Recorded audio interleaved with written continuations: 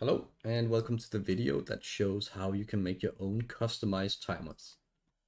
Which means that this list out here and the timers is not just something you have to stick to. You're allowed to edit them, which is completely unnecessary, or you're allowed to add to them, which can be nice. So the first thing you're going to want to do is open up the timer settings by clicking the plus up at the D column. And that's going to open up a ton of settings that you don't usually see. First of all, ignore the bigwigs timers here. It's work in progress. What we're going to stick to is the dynamic timer section here. We have 4 columns. We have the phase start, which is used when the boss has different phases that start at some sort of trigger, like a certain amount of HP. The only boss that uses this in Vault is Kurog, so you don't need to worry about that really. But if it's there, you just copy what I use. Maybe we should go to Kurog and show this instead. So you can see for Kurog, it's a bit more complicated because I have these. So say I wanted to add a timer for the intermission here.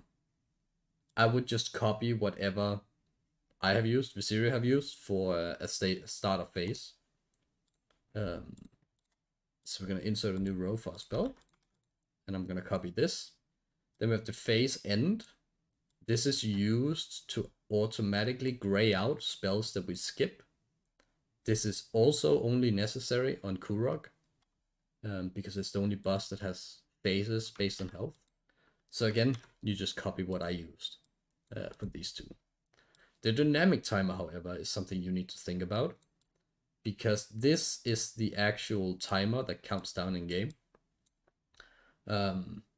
So what you're going to want to do, if you want the timer for a specific event, then you're going to go into logs and find the time of the event you want the timer for. And you're going to find the time for the trigger out here, which I call the dynamic trigger. And then you're going to compare those two events, timers, and write the difference here. So basically this event here, again, you just copy this. It is a trigger, like the boss getting a buff, or some sort of aura trigger, or it's a combat event that it like signals the start of the phase. And then this is the timer from that combat event. So this would be 15 seconds into this phase, which starts at this point and ends at this point.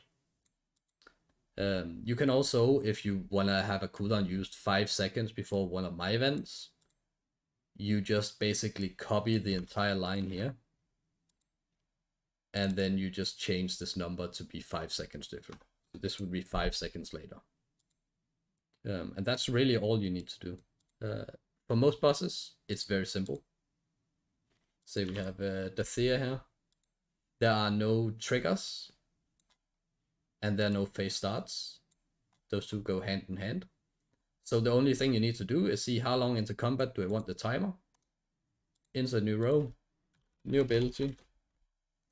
Choose a color, which is the color that's actually be in game. Let's choose this one. Copy the phase end, and then I just write my own timer. So I'm going to write 45 here. I'm going to write 45 here. Well, that turned red. That means it's not chronological. So I'm just going to take it and drag it down where it fits. Close this down. And there you go. There's your new ability, or your new timer.